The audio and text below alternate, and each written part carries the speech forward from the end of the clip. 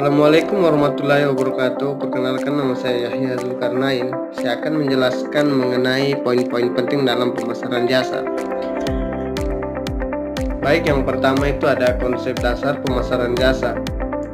Konsep dasar pemasaran jasa ada dibagi jadi 2 poin, yaitu perbedaan antara pemasaran barang dan pemasaran jasa. Nah, pemasaran barang fokus pada produk fisik yang dapat disentuh, disimpan, dan dipindahkan. Barang dapat diproduksi, disimpan, dan kemudian dijual. Sedangkan pemasaran jasa berfokus pada produk yang tidak berwujud, tidak dapat disimpan, dan biasanya dihasilkan serta dikonsumsi secara bersamaan. Jasa lebih sulit untuk dikendalikan kualitasnya karena dipengaruhi oleh interaksi antara penyedia jasa dan pelanggan. Poin kedua, karakteristik utama dari jasa yaitu intangibility atau tidak berwujud. Jasa tidak bisa dilihat, disentuh, atau dipegang sebelum dibeli, yang seperti dijelaskan di awal tadi. Terus kedua, tidak terpisahkan atau inseparability. Produksi dan konsumsi jasa terjadi bersamaan, pelanggan terlibat langsung dalam proses penyampaian jasa. Terus yang ketiga, variability atau variabilitas. Kualitas jasa dapat bervariasi tergantung pada siapa, di mana, dan kapan jasa diberikan. Terus ada keterbatasan waktu.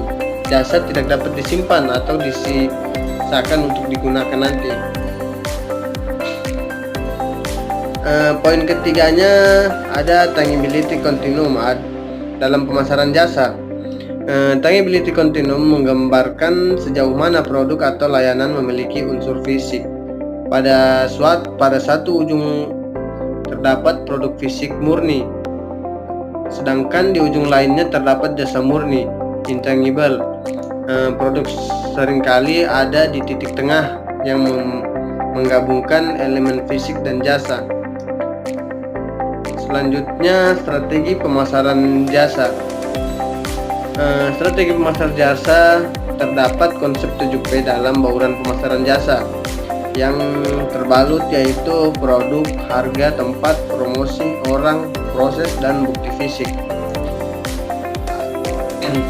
Selanjutnya, strategi penetapan harga pada jasa berbeda dengan barang. Pada jasa, harga cenderung lebih bervariasi dan seringkali dipengaruhi oleh faktor-faktor seperti waktu, lokasi, dan permintaan.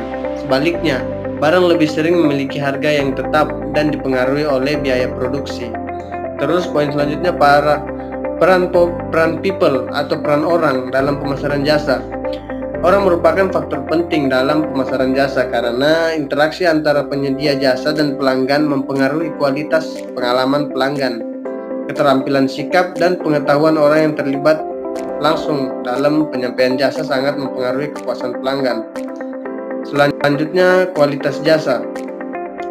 Kualitas jasa dan dimensi kualitas jasa menurut model SERVQUAL ini terbagi jadi 5 poin, yaitu tangibles atau bukti fisik, penampilan fasilitas, peralatan, dan staf. Selanjutnya 2, reliability atau keandalan, kemampuan untuk memberikan jasa yang dijanjikan secara konsisten. Terus ketiga, responsiveness, daya tanggap, kemauan untuk membantu pelanggan dan memberikan layanan dengan cepat. Selanjutnya ada jaminan, pengetahuan, dan kesopanan staf yang membangun kepercayaan pelanggan.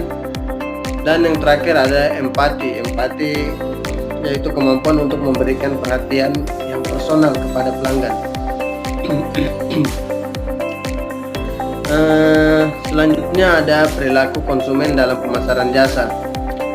Perilaku konsumen dalam pemasaran jasa terbagi jadi 4, yaitu yang pertama ada kualitas layanan, yaitu persepsi terhadap seberapa baik jasa yang diberikan.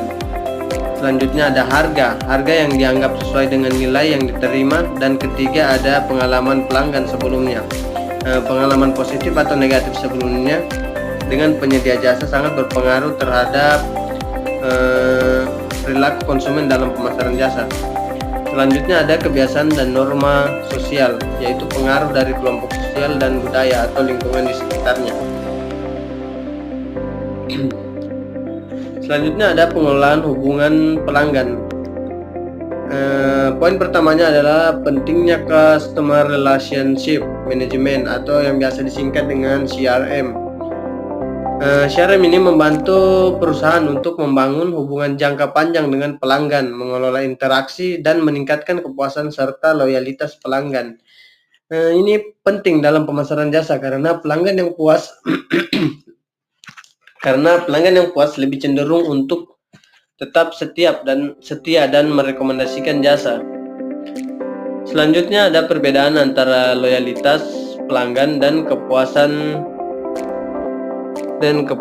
pelanggan.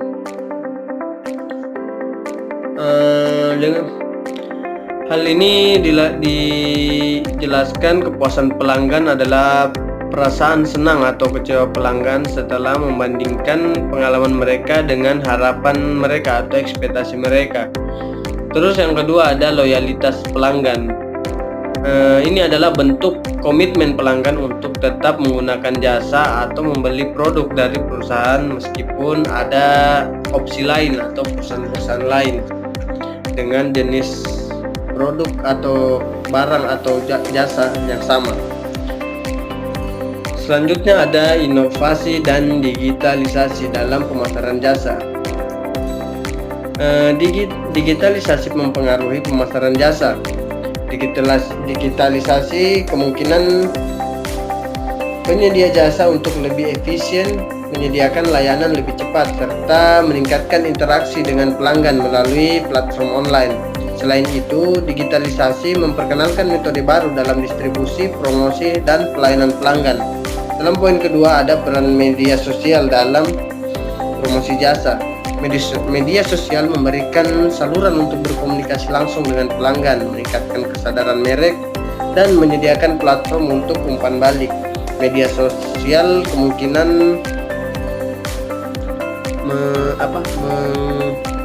memudahkan pemasaran yang lebih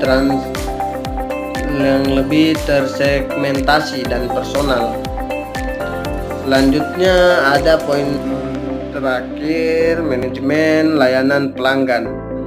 Konsep service recovery adalah upaya yang dilakukan oleh perusahaan untuk memperbaiki pengalaman pelanggan setelah terjadi kegagalan layanan. Contoh penerapannya yaitu ketika pelanggan mengeluh tentang keterlambatan pengiriman, perusahaan menawarkan pengembalian dana atau voucher sebagai kompensasi. Terus selanjutnya peran komunikasi dalam manajemen layanan pelanggan.